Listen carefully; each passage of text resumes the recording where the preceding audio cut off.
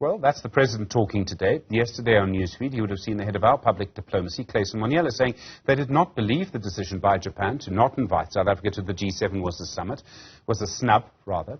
But also, as I understand it yesterday, the International Relations Minister, Dr. Naledi Pandor, quoted as saying that the decision was surprising. In the past, we have been invited to G7 summits by the countries hosting it. So, this year, Japan taking the decision to invite the African Union instead. Now, there's a huge conversation about this because the G7 nations, most of those nations, are supporting Ukraine in the war against Russia. We have, as government says, a neutral stance. Also, it seems we snubbed a summit organized by Japan because Morocco was invited. We back the Western Sahara because it's been colonized by Morocco. Sanusha Naidu is an independent political analyst. Sanusha, good afternoon to you. Okay, there's a lot of things that are true here. Japan gets to decide who to invite. They haven't invited us. How do you interpret this decision? Good afternoon, Stephen. Good afternoon to the viewers. It's a very difficult one to gauge what will be the kind of reasoning or motivation in terms of the invitation not being sent to South Africa. Because if you go back and cast our minds to the Mbeki era as well as even before, I mean, it was quite instrumental under the Mbeki presidency how much South Africa played a critical role in getting the African agenda and, of course, putting the African agenda onto the G7 map, particularly at the Italian G7 summit in '98, and then, of course, getting the new Partnership for Africa's Development kind of mapped out at that level. So it's surprising at one level in terms of the fact that I think Japan would have consulted with its other G7 partners, would have looked at this and said, you know, at last year's summit, South Africa was invited. It's been a continuous invitation, sometimes an invitation that's almost considered to be coming to the desk of the president.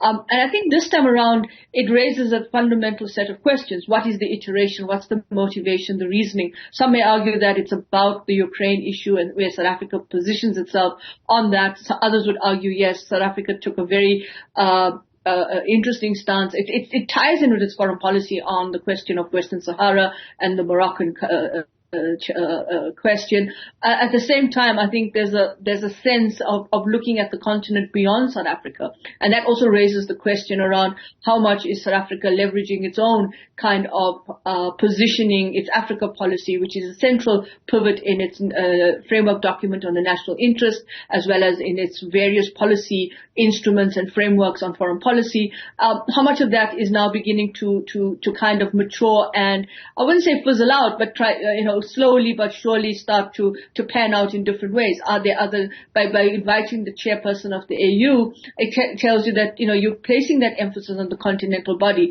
but it's also questions around other countries in the continent, particularly at the regional level, who play a championing role. And South Africa does in the past, in the context of what this summit is going to happen and what the key issues that are going to come out in the summit. If you looked at the foreign minister's declaration that happened 2 or 3 weeks ago, you can see it's about the global order, it's about the multilateralism, it's about peace, stability, it's about the idea of unwanted disorder and issues around state sovereignty. It's about climate change. These are key issues that South Africa has been talking about. But the peace and security angle is very critical for the G7 summit that's going to come up around the 20th and the 21st of May.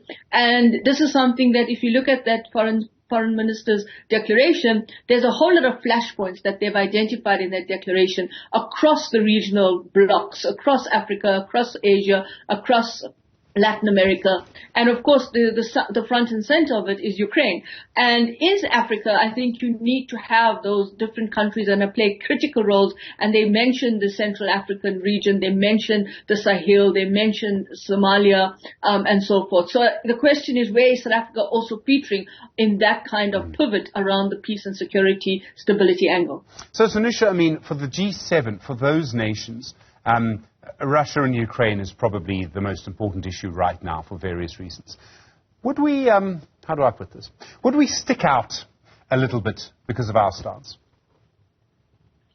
Well, it depends how you want to look at it. I think there is a sense that South Africa is not positioning itself in what they consider to be the complied approach, the approach that is the consensus approach, or what is considered to be the approach that everybody needs to take. And that seems to be the bigger challenge in terms of this narrative, in terms of the positioning around this Russia-Ukraine question. It's not only about whether South Africa voted to abstain on resolutions at the UN, but also in terms of when you listen to the diplomats and you engage with the various diplomatic missions and diplomatic delegations that are coming to South Africa to visit.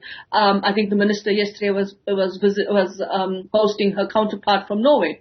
And it's very interesting that becomes a key pivot in the discussion in any kind of diplomatic space that you are engaging with, whether you're doing it at the think tank forum, whether you're doing it at the diplomatic level of state-to-state engagement. There is a curiosity about South Africa and where this positioning is. So it's hard not to dismiss that position. But I think at the same time, it is the prerogative of the host nation to invite who they want to. And this time around, I think perhaps it will be very important to look at what discussions the Japanese, leading the G7 and chairing the G7 at the moment, will actually have with the president of the Comoros, because I think that is going to be key in terms of the continuity in looking at Africa through the AU lens as opposed to having the individual countries. And then lastly, I think the Indo-Pacific is a key area of concern for all of the G7 members, if not so more for Japan, given the Asian context and how busy and strategic that region is in terms of the Indo-Pacific, the islands dispute, the issue of China, the question of Iran, the Middle East and North Africa. These are all very competing set of interests for the G7 countries in terms of where they position themselves in the geopolitical landscape of the current international system. Well, this is the next question, is how important is the G7? I mean, the world is changing and changing very quickly. We have BRICS now.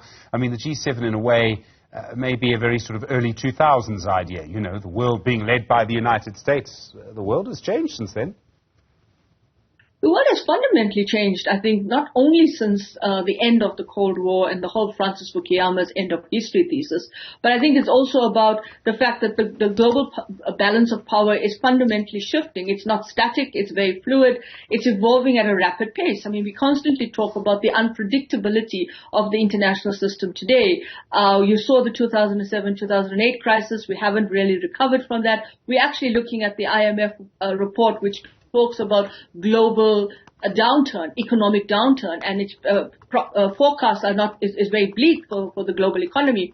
And I think you're raising the question of, which are the key countries that are going to basically stabilize the international system? Are they the only countries that can do that? And I think there's an incredible inherent set of competitive issues that essentially are building around this narrative around whether or not other countries, like in the global south, who are basically standing up and saying, you know what, we're also looking at how this kind of architecture is no longer kind of playing to the kind of strategic interests we want, how they're pushing back. I think The Economist this week had a very interesting piece called The Impact of the Superpower Split in the World Today. And as much as they argue that there's the rise of China and there's the pushback against China, and that the West is through the Biden administration is coalescing around the revival of the West and possibly the revival of the G7 in some way, it's also a reaction to the G7. So it could be, while you're coalescing around that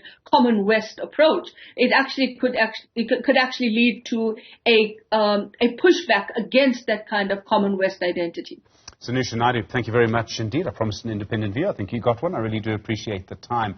Well, more on that subject, I'm sure, as we go through the next few days.